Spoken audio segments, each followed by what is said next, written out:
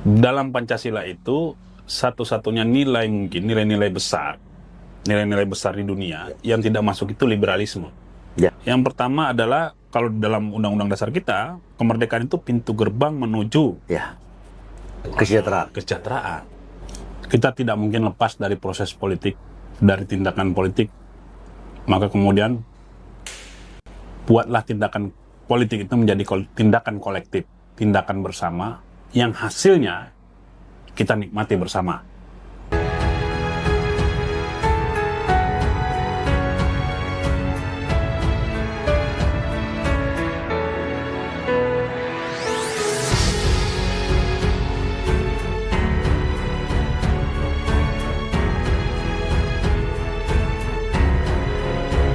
Halo sahabat Rahim Modani Channel, kembali lagi kita di podcast hari ini akan berdiskusi tentang esensi dari politik gagasan dan restorasi Indonesia.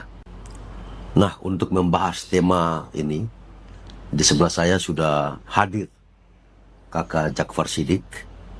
Halo. Beliau adalah sosok muda yang energik ya menurut saya, lalu pemikir sekaligus sebagai Wakil Sekretaris Jenderal DPP Partai Nasdem. Assalamualaikum Kakak Jafar. Waalaikumsalam. Apa kabar? Kakak Imo atau Kakak Rahim ini? Kakak Ibu aja. Oke. Kakak Imo ya. Kakak Imo. Iya. Kita bahas apa ini? Bahas. Ya, jadi Kakak Jafar, saya mencoba untuk menawarkan satu tema yang berkaitan dengan politik gagasan dan restorasi Indonesia. Terima kasih ya Kakak Jafar, di tengah kesibukan Kakak Jafar sebagai pengurus DPP Partai Nasdem bisa meluangkan waktu untuk hadir di podcast ini.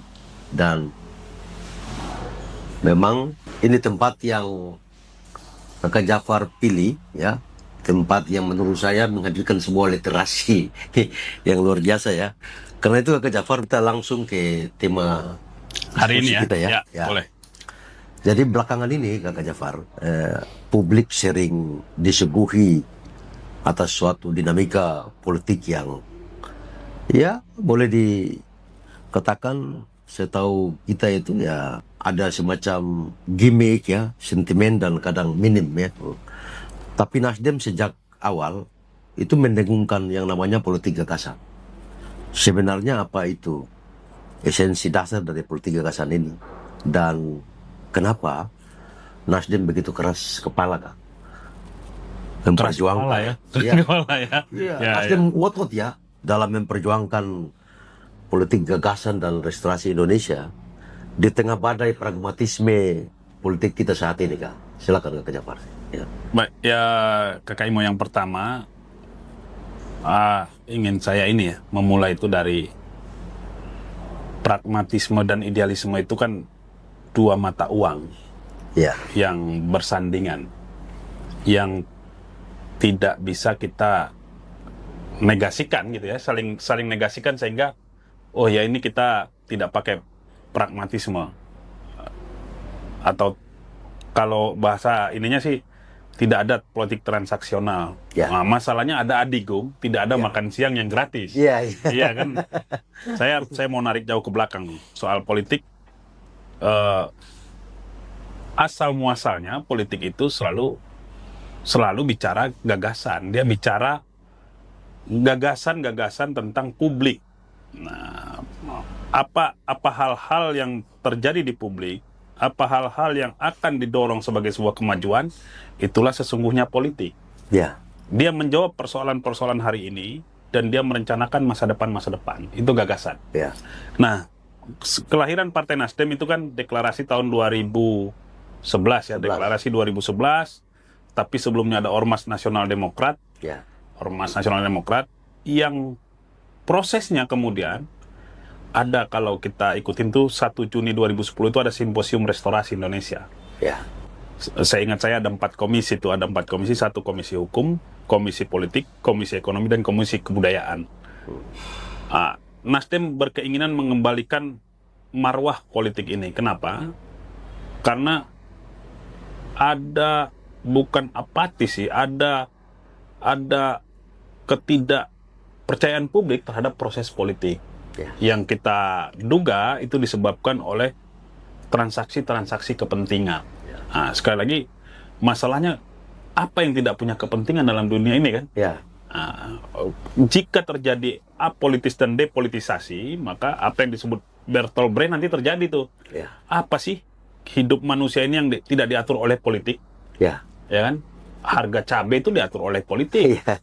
Kenapa harga buah kita beli di pasar itu diatur oleh politik? Ada yang diimpor, ada yang dapat, itu kebijakan-kebijakan politik semua. Sehingga kemudian kalau kita buta politik, itu adalah kebodohan paling tinggi tuh. Kalau kita bodoh dan anti pertama. Nah, lahir Nasdem dengan gaung yang pertama itu, seingat saya adalah cara baru berpartai. Kemudian politik gagasan dan turunan-turunannya. Politik gagasan ini didorong sebagai sebuah bahwa jika ingin memperjuangkan sesuatu, maka memperjuangkan publik, maka argumentasi ilmiahnya yang dikedepankan. Artinya ada proses scientific approach. Scientific approach itu inilah yang kemudian membedakan dengan proses politik yang transaksional ANSI. Hanya transaksional. Dia harus didukung oleh argumentasi yang ilmiah. Scientific approach ini bisa terjadi di mana saja, di semua level harusnya. Semua level kebijakan. Saya contoh, Kakak Imo kan pernah jadi wakil bupati nih. Hampir semua kepala daerah kita ketika ingin maju itu melakukan survei. Ya kan? Survei itu basisnya ilmiah. Scientific approach, pendekatan ilmiah tuh, dengan pendekatan ilmiah. Tapi setelah terpilih, apakah juga melakukan scientific approach? Nah, berapa kali umpamanya, ini 1 tahun menjelang pilkada itu, 1 calon kepala daerah, 1 calon presiden, itu bisa melakukan 3-4 kali survei. Untuk mengetahui yang pertama, apa persoalan-persoalan yang sedang dihadapi oleh masyarakat. Apa persoalan-persoalan yang sedang dihadapi oleh rakyat. Apa kemungkinan-kemungkinan yang dilakukan sehingga rakyat memberikan mandatnya kepada dia. Tapi setelah terpilih, rata-rata tidak ada yang melakukan itu. Sehingga mereka menjadi berjarak tuh. Kalau dia tidak scientific approach, dia akan berjarak tuh dengan masyarakat. Dia cenderung mengabaikan persoalan-persoalan dasar. Dan kemudian politik kita menjadi politik keseharian saja, menjalankan aktivitas sehari-hari. Padahal politik kan tidak di situ. Politik rutinitas biasa. Rutinitas biasa. Kakak datang ke kantor, tanda tangan surat, atau kepala daerah rapat. Yang itu sudah normal dilakukan puluhan tahun. Nah, apa yang membedakan seorang pemimpin yang melakukan menerapkan politik gagasan dengan scientific approach? Oh, tahun ini saya fokus pada A. Karena berdasarkan data-data riset, baik kualitatif maupun kuantitatif, masyarakat saya, rakyat di daerah saya, masyarakat saya membutuhkan ini. Kalau tidak, dia menjadi feeling, ego pemimpin. Oh, saya maunya ini. Kalau itu nanti kita seperti Khrushchev itu bilang, politisi ini berjanji membangun jembatan, padahal sungainya nggak ada. Itu kenapa? Menggunakan feeling. Karena tidak memotret tadi. Tidak memotret dan tidak punya dasar gagasan-gagasan. Nah, itu yang sesungguhnya hampir hilang dari proses politik kita keseharian. Hampir seluruh proses kita kemudian, siapa orang yang layak menjadi pemimpin, siapa orang yang layak bicara politik adalah orang-orang yang punya modal kapital. Gagasan-gagasan mulai hilang. Dia mau melakukan apa, itu sering hilang tuh, Kak. Sering tidak tersebut tuh. Contoh, ada satu orang caleg, umpamanya ada satu orang calon kepala daerah datang itu, dia tidak perlu menyampaikan apa pikirannya, dia cukup salam-salam, foto-foto, nyanyi-nyanyi, pulang, dan rakyat senang. Nah, itu menurut saya, urgensi politik gagasan itu adalah bagaimana menyusun apa yang akan dilakukan jika Anda diberi mandat oleh rakyat. Nah, gitu, Kak. Jadi politik gagasan itu artinya kita memberikan satu pandangan solusi kepada masyarakat. Solusi dan juga solusi terhadap persoalan-persoalan hari ini membawa kemajuan dan kesejahteraan untuk di masa depan. Betul. Ya kan? Visi itu kan tidak bisa dilihat hari ini. Visi itu bisa dilihat 20 tahun, 30 tahun lagi, berpengaruh tidak pada masyarakat. Kalau hari ini, itu namanya problem solving. cuma menyelesaikan masalah. Menyelesaikan masalah, Umpamanya got tersumbat ya angkat kotorannya selesai, itu selesai kan. Tapi apakah 2 tahun 3 tahun lagi ini tidak banjir? Bisa jadi banjir. Ini contoh kan, kita hampir semua kota kita kan sudah mengalami banjir nih. Iya. Sengkarut tidak mampunya kita sebagai sebuah kolektif masyarakat mengelola sampah, mengelola air dan lain-lain. Itu contohnya kan. Menarik, Kak.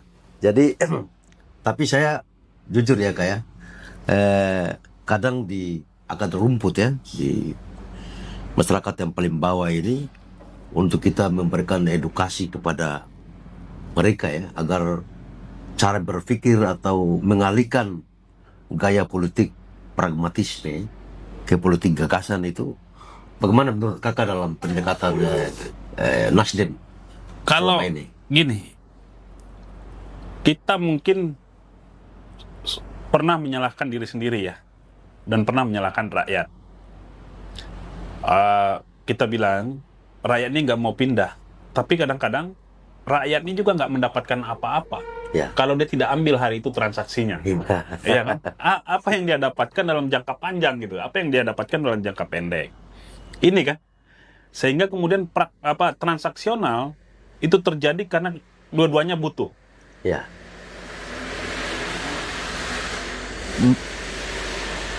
Dua-duanya butuh. Yang satu butuh suara, yang satu butuh Materi.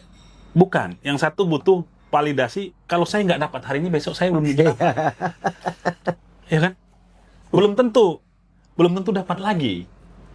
Karena kita tidak bisa menjelaskan bahwa pajak kalian diambil, uang kalian diambil, itu kita peruntukkan, pemimpin peruntukkan, negara peruntukkan, pemerintah peruntukkan untuk satu, bangun jalan. Kalau jalan ini jelek, kan kalian yang merasakan. Ya. Dan yang lain ya, dan program-program yang lain. Umpamanya bahwa perbaikan gizi, sekolah kalian, itu semua negara atur dari uang kalian. Yang tidak harus kita bayarkan 50.000.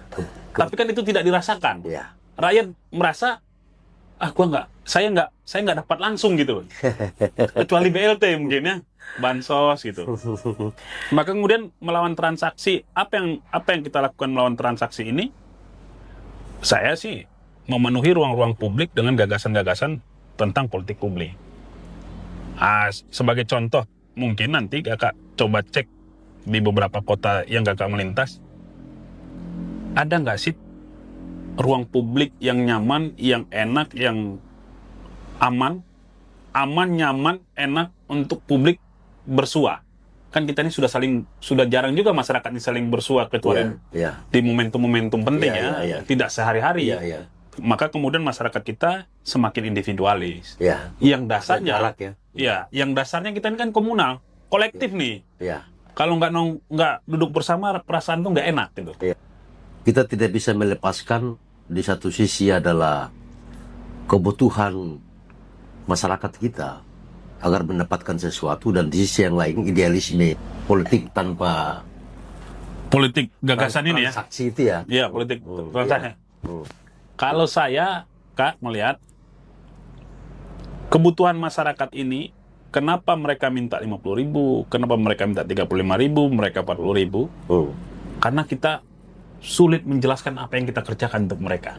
Masyarakat politik, politisi, manusia politik, jika ditanya, coba apa yang telah kamu lakukan untuk masyarakat dari visi misi yang pernah kamu sampaikan. Jangan-jangan kita politisi ini, banyak politisi nggak bisa menyampaikan, mengulangi visinya, mengulangi misinya. Ingat saja tidak, bagaimana mau melakukan kan? Iya kan? Ingat saja tidak. Bagaimana mau melakukan? Iya. Kalau ada terjadi itu hilaf namanya. Iya. Karena tidak ingat. Iya. Tidak sadar. Jadi memang dalam politik itu tidak hanya sekedar untuk kayak mendapatkan posisi atau jabatan, tetapi memang politik itu ya diharuskan untuk melakukan pelayanan kepada masyarakat itu sendiri. Nah, Kak, yang kedua ini, kalau tadi soal politik gagasan, yang kedua ini tentang restorasi Indonesia ya.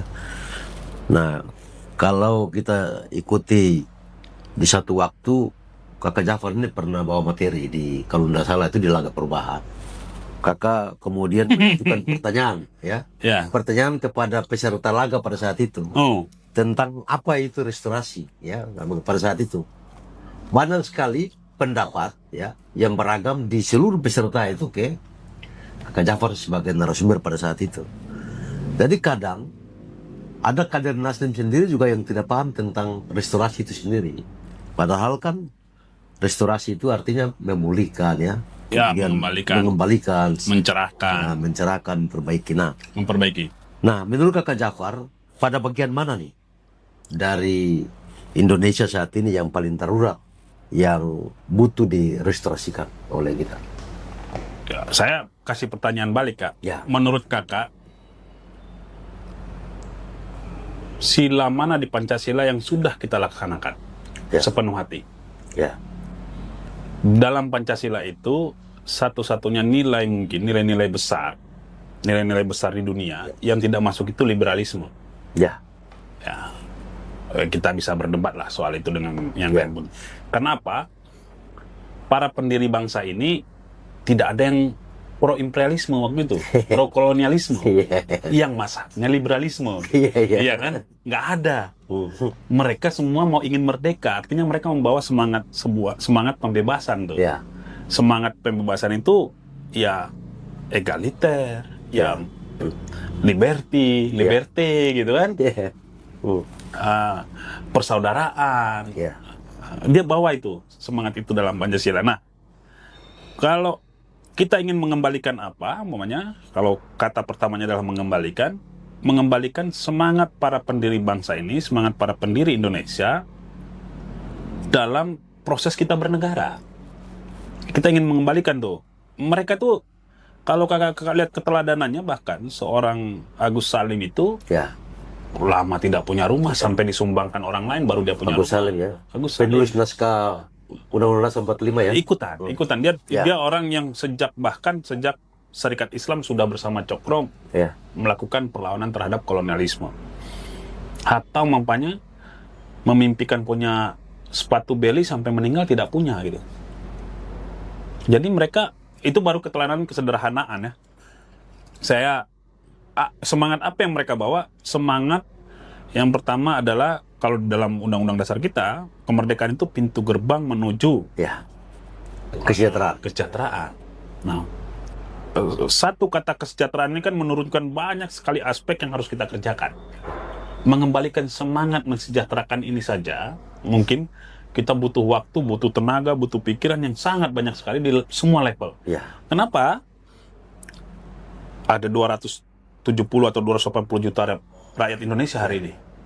Ada, kalau dulu kita belajar di SD geografi atau IPS itu ada 17.000 pulau yang sebagian besar Ya. itu berpenghuni. ya, Pulau-pulau besarnya. ya, Yang kita multi etnis, multi bangsa, Ya. ragam bahasa, ya, yang rasanya paling kompleks di dunia itu kita. ya. Dasarnya, Keberagamannya itu, ya. keberagamannya, dasarnya, multinya itu, kebinekaannya itu. Kalau Amerika kan orang-orang yang datang dan orang-orang yang dibawa itu. Iya, iya, iya. Membedakannya nih, kalau kita, dia sudah berdiam dan kemudian mendeklarasikan sebagai sebuah negara bangsa, Iya. sebagai sebuah bangsa, sebagai sebuah negara. Iya. Amerika tuh datang imigran-imigran, Betul, beda betul, pendekatannya. betul. Iya, Suku aslinya malah nggak dominan. Kalau kita ini kan banyak, iya, yang banyak.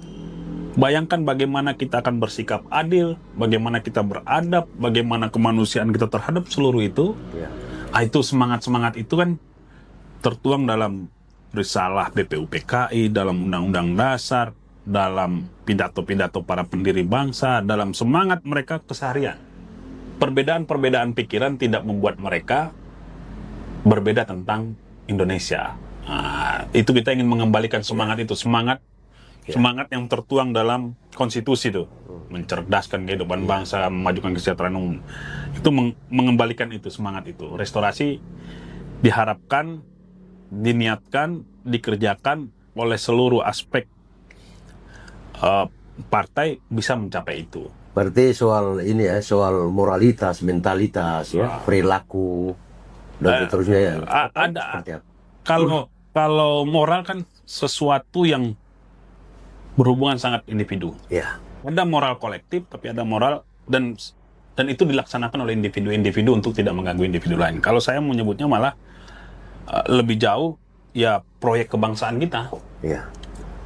Mengembalikan gairah, mengembalikan semua pikiran-pikiran untuk proyek kebangsaan, proyek Indonesia gitu. Iya Kak, jadi tadi kan Kakak jelaskan tentang restorasi itu kan Itu baru satu kata mengembalikan ya. Mengembalikan ya. Baru mengembalikan. Ya. Ada mengembalikan, ada semacam memperbaiki. Ya. Perbaiki. Itu apa kira-kira contohnya itu Kak? Waktu itu Partai Nasdem lahir dalam situasi politik yang sedang saling bercuriga ya. 2010, pasca pemilu 2009 yang dianggap yang melahirkan banyak demonstrasi karena dianggap tidak adil, tidak berjalan baik gitu ya, dianggap ya waktu itu kalau kita lihat baca media waktu itu. Ya. Maka kemudian Nasdem ingin mendorong politik berikutnya menjadi tidak seperti itu, Ya. menjadi berjalan dengan azas langsung umum bebas rahasia itu. Ya. Orang-orang punya suaranya berharga, kalau ada pemilu ya suaranya berharga, kalau ada dalam proses pembangunan suara apapun itu didengarkan untuk proses kemajuan bersama. Ya. Nah, inilah situasi Partai Nasdem lahir 2011 itu. Ya 2011. Ya. Dia sebagai refleksi zaman kan. Zamannya sedang apa, maka itulah yang direfleksikan untuk didorong lebih maju, lebih bisa kemudian mewadahi aspirasi-aspirasi publik. Itu prosesnya.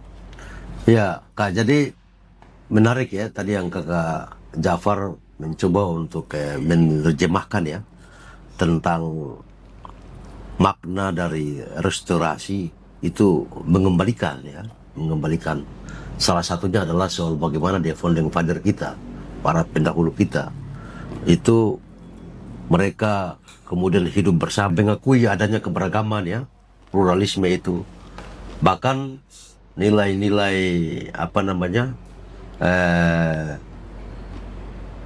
pengakuan terhadap perbedaan-perbedaan agama dan seterusnya itu diakui. Nah, kalau dalam konteks politik Kak, ini soal tadi makna mengembalikan, apakah salah satu yang didorong oleh konstitusi kita, bahkan dalam Pancasila itu kan di sila keempat ya, kalau tidak salah itu ya, kerakyatan yang dipimpin oleh hikmah kebijaksanaan dalam permusyawaratan perwakilan. Bagaimana Kakak melihat ini dalam konteks sistem politik kita saat ini? Ya, khususnya pemilihan kepala daerah. Kita tahu bahwa sistem ini pernah diberlakukan, mulai dari pengangkatan oleh presiden di level gubernur, kalau pengangkatan oleh mendagri di level bupati wali kota. Nah, itu pernah terjadi. Lalu kemudian berkembang, ditunjuk lagi, berkembang, dipilih oleh perwakilan, dan kemudian dipilih rakyat lagi saat ini. Nah, saat ini ada wacana lagi nih, dikembalikan, dipilih secara tidak langsung. Bagaimana kami lihat ini dalam konteks restorasi tadi? Dalam satu eksperimen sosial, ya, eksperimen politik, sila keempat ini kan belum pernah diterjemahkan menjadi skema demokrasi Indonesia. Ya. Kan ini katanya yang demokrat. Kan apakah kita pernah melakukan musyawarah mufakat, umpamanya di tingkat satu kelurahan, untuk mengirimkan wakil kita menjadi satu DPRD? Ya. Kan ujungnya pasti voting tuh. Iya. Ya kan? Ya. Kita tidak pernah bereksperimen karena itu membutuhkan pikiran, waktu, dan tenaga yang bisa jadi panjang. Dalam musyawarah mufakat, bukan siapa suara paling banyak kan, tapi pendapat siapa yang paling berkualitas. Ya. Berbeda dengan pemilu langsung. Ya, kalau pemilu langsung banyak-banyakan lah. Ya. Nah, maka kemudian hasilnya bukan demokrasi yang kita anut hari ini itu menjamin proses, tidak menjamin hasil.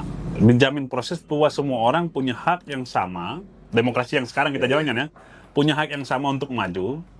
Mau dia profesor, mau dia tukang becak, mau dia guru besar, mau dia petani kecil, mau dia manajer perusahaan besar, atau mau sekedar pedagang kaki lima. Itu punya hak yang sama untuk maju, dengan syarat ketentuan berlaku. Tapi tidak ada jaminan seorang guru besar akan terpilih. Ya. Bisa jadi pedagang asongan. Ya.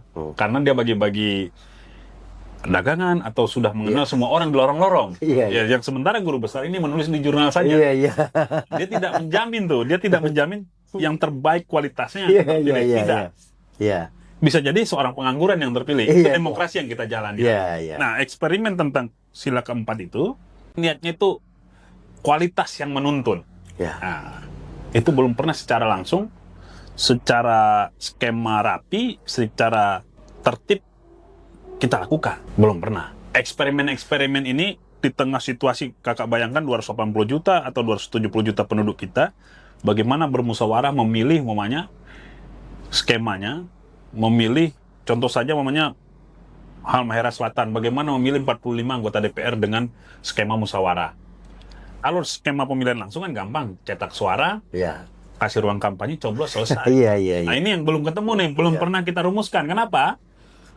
Karena belum sempat dia diterjemahkan menjadi perilaku demokrasi kita. Kita sudah melompat pada bagaimana adikum suara rakyat, suara Tuhan. Artinya rakyat harus terlibat. Vox Penuh. Populi. Vox Populi. Ya kan, suara rakyat, suara Tuhan itu. Ya mereka terlibat penuh dalam pemilihan. Ya, atas nama daulat, kedaulatan ya. Atas nama kedaulatan rakyat, gitu kan. Hmm. Jadi, pernah nggak dilaksanakan? Menurut saya belum pernah sila keempat itu. Menurut saya belum pernah. Iya, iya. Kita akan coba itu mungkin di ruang-ruang, bisa dilakukan itu di ruang-ruang kecil masyarakat adat mungkin. Kalau ada ya, saya belum pernah membaca juga, karena masyarakat adat itu kecenderungannya kepala adat atau tetua akan menurunkan itu kepada anaknya, bukan kepada orang lain, bukan musyawarah adat gitu.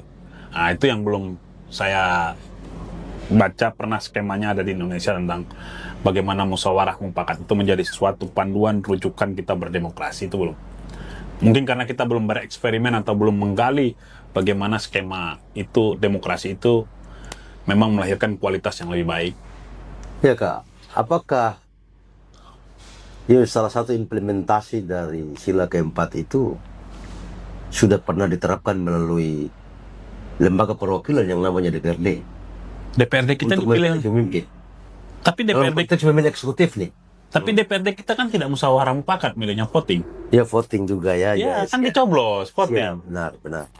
Nah, di DPRD juga kan tidak musyawarah mufakat kan? Setuju, ya. Di voting juga oleh DPRD. Suara terbanyak lagi nih. Suara terbanyak lagi kan? Ya. Suara Tapi terbanyak memang lagi. ruangnya lebih kecil ya. Ya, Tapi ruangnya kan lebih kecil. memang dalam beberapa pendapat ya para ahli politik, kemudian para pengamat-pengamat politik, di antara sistem ini ada sistem langsung dan tidak langsung, ini ada plus minusnya.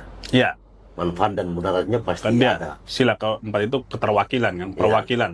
Ya, ada kelebihan dan kekurangannya. Kita diwakili siapa kan? Ya. Apamanya DPR itu mewakili kita. Itu karena kita pilih, apakah karena kualitasnya.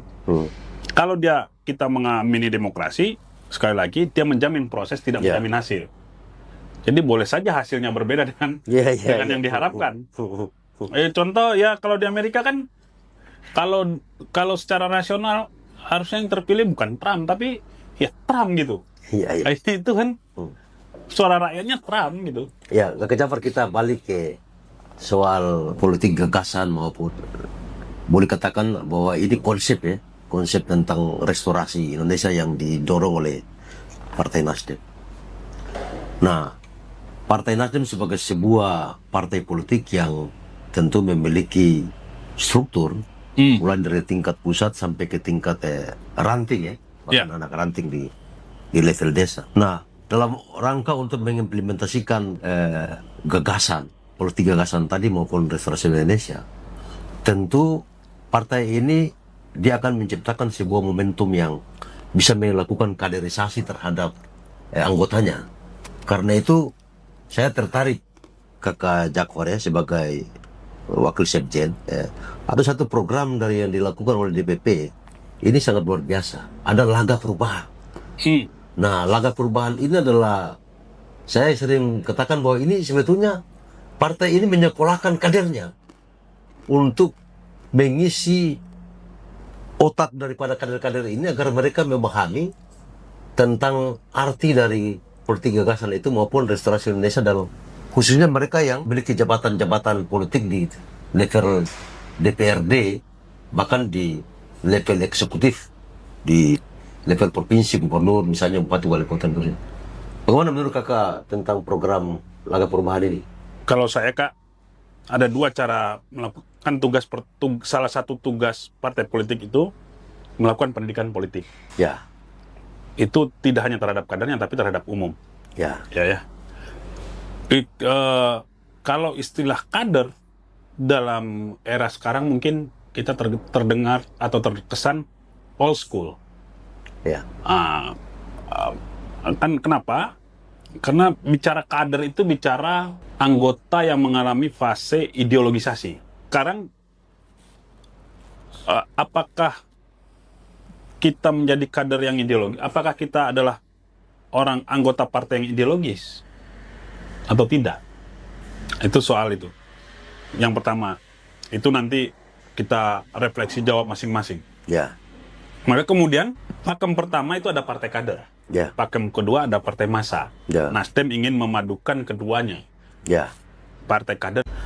Proses pemberian pemahaman tentang agenda-agenda kepartaian menjadi penting. Kenapa? Karena banyak di antara kita itu seringkali sibuk dengan agenda personal-personal. ya, Ini tidak bisa kita bantah, tidak juga bisa kita hindari karena kecenderungan demokrasi liberal membuat politik jauh menjadi personal. ya, Ya kan, tidak menjadi agenda kolektif. ya, Sementara adigumnya, kalau saya memahami, politik itu adalah tindakan bersama di ruang publik, ya, bukan tindakan pribadi. Kalau tindakan pribadi itu personal interest gitu ya. ya, Maka kemudian Partai Nasdem itu, kalau Partai Nasdem dengan program-program politik gagasannya, di beberapa yang saya ikutin itu, contoh nih, kalian praksi A, pimpinan DPRD A, kalian sudah mendorong perda apa untuk perbaikan daerah kalian? ya, Kan itu yang kita inventarisir. ya, Apa isinya? Sehingga ada nggak inisiatif kita mendorong perbaikan-perbaikan pada kehidupan kita bersama nih? Nah, ada nggak inisiatif kita mendorong anggaran-anggaran yang orientasinya untuk kepentingan publik? ya, Karena kita tidak bisa menutup mata, ada juga orang mendorong anggaran itu untuk kepentingan bisnisnya. ya, Ada juga, kita nggak bisa nutup mata, ada satu dua mungkin. ya, Maka kemudian kita ingin mengembalikan rel itu, ini tindakan bersama loh ya. Kalian harus merumuskan apa tindakan kalian, apa gagasan kalian yang bisa menjadi perda, menjadi undang-undang, menjadi anggaran, yang itu perjuangan bersama. ya, Bukan perjuangan Kakak Imo, bukan perjuangan Jafar umpamanya, bukan. ya, Itu perjuangan bersama. Itu yang ingin kita berikan pemahaman, sehingga di tengah masyarakat mereka bisa melakukan tindakan-tindakan kolektif bersama. Satu lagi Kak, di politik kita, di politisi kita ini cenderung atau kita sering alpa melibatkan masyarakat, melibatkan rakyat. Politik kita bukan politik bersama rakyat atau membuat mereka berpartisipasi secara aktif dalam gerakan ini. Seringkali kita hanya datang bilang, saya akan perbaiki ini ya. Dan mereka menerima hasilnya. Kepemilikannya kemudian rasa memiliki menjadi berkurang. Contoh saja, ada ruang-ruang publik, itu publik nggak pernah tahu siapa yang dibuat oleh pemerintah daerah, pemerintah segala macam, mereka hanya menikmati. Maka kemudian di tong sampah ada 3 di situ, sampah basah, sampah kering, sampah kaleng, dan lain-lain. Ini campur aja, kalau kita masukin, loh udah campur, plastik sama sampah organik udah campur itu. Mereka tidak pernah terlibat dalam proses ini bagaimana nantinya gitu. Ya kan? Mereka tidak diikut sertakan tuh, cuma dikasih tong sampah tuh. Dan tidak pernah diberikan pemahaman bahwa kalau kalian masukin sampah basah ke situ, kita akan mudah nanti menjadikan itu kompos. Baik, Kakak, ini luar biasa bagi saya ya. Ya, obrolan yang sangat menarik ya. Dapat membuka pikiran dan cakrawala kita. Ternyata politik gagasan dan restorasi Indonesia itu bukan sekedar angan-angan, tapi sebuah kerja peradaban yang sedang kita bangun setiap harinya. Nah, terakhir Kakak, boleh Kakak berikan closing statement ya, atau satu kalimat untuk sahabat Lahir Madani Channel dan kepada kader-kader kita yang di tingkat akar rumput. Silakan Kak. Kalau saya, kita tidak mungkin lepas dari proses politik, dari tindakan politik. Maka kemudian buatlah tindakan politik itu menjadi tindakan kolektif, tindakan bersama, yang hasilnya kita nikmati bersama, yaitu politisi dan rakyat. Sebab buta politik adalah buta yang paling tidak bisa dimaafkan. Jadi tidak boleh alergi terhadap politik itu, tidak karena dalam kehidupan berbangsa dan bernegara sebagai masyarakat. Terima kasih atas pencerahannya ya. Mudah-mudahan Kakak Jafar terus sehat ya, dan sukses selalu untuk mengawal gerakan perubahan di tingkat DPP Partai Nasdem nanti. Terima kasih Kakak Imo. Sekali lagi terima kasih kepada penonton Rahim Modern Channel yang atas kesabarannya mengikuti diskusi saya bersama Kakak Jafar ini. Saya Rahim Modiani pamit undur diri dan kita akan jumpa di episode berikutnya. Baik. Terima kasih.